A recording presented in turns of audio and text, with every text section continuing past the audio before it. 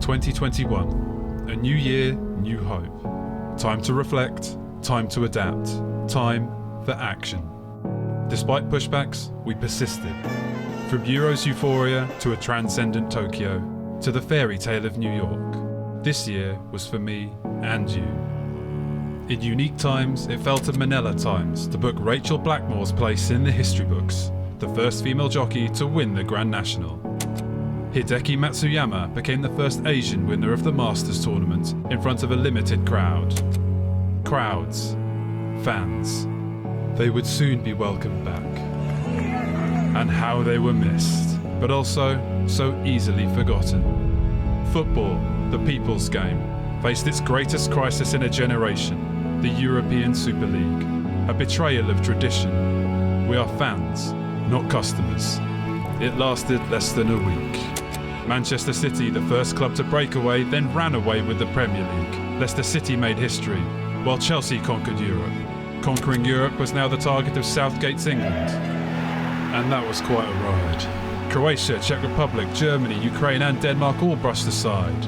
The first men's major final in 55 years. They think it's all over. It is now. This is England? No, this is England. Rise up, three young black kings. You did your country proud. Taking the knee is even more important now. A pursuit of racial equality is Lewis Hamilton's fuel, locked in his toughest Formula One title fight yet. On the courts of Wimbledon, Barty battled back, and Djokovic matched Federer and Nadal. 20 Grand Slam titles. Wimbledon. Tokyo takes off. In many ways, this was the greatest sporting achievement of the year. And these Summer Games were like no other. Team GB, 65 medals, 22 of them gold. How do you celebrate? Just ask Tom Daley. Then, as the games came to a close, a legacy was cemented. Jason Kenny, Britain's most successful Olympian of all time. Take a breath, we go again. 124 medals claimed by our Paralympians, 41 gold. Hurricane Hannah Cockcroft took the games by storm. Lee Pearson, Kadina Cox, David Smith, Maisie Summers-Newton. Boundaries pushed. There are so many stories to tell. But let's focus on one more. Dame Sarah's story. 29 years since her Paralympic debut. 3 more golds in Tokyo, 28 Paralympic medals at 8 games.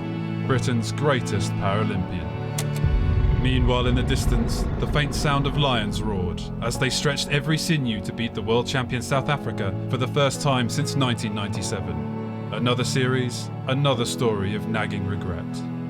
Then the stories that broke the internet. Messi leaves Barcelona. Ronaldo returns for his last dance. Hands up who saw those coming. Attention now to Flushing Meadows and to an 18-year-old ranked outside the top 300. From qualifier to champion. Emma Raducanu, the first British woman to win a major singles title since 1977. Now that is major. It doesn't end there, as Europe retained the Solheim Cup while the Ryder Cup slipped out of their grasp. A clash of heavyweights. Joshua beaten by Usyk. Unanimous. Wilder beaten by Fury. Classic. From one for the ages to one for all ages, as this year saw the launch of the 100, cricket's revival and steps forward for equality. But then came the scandal that engulfed the sport. Azim Rafiq and accusations of institutional racism. A game once again in need of reform and cultural change.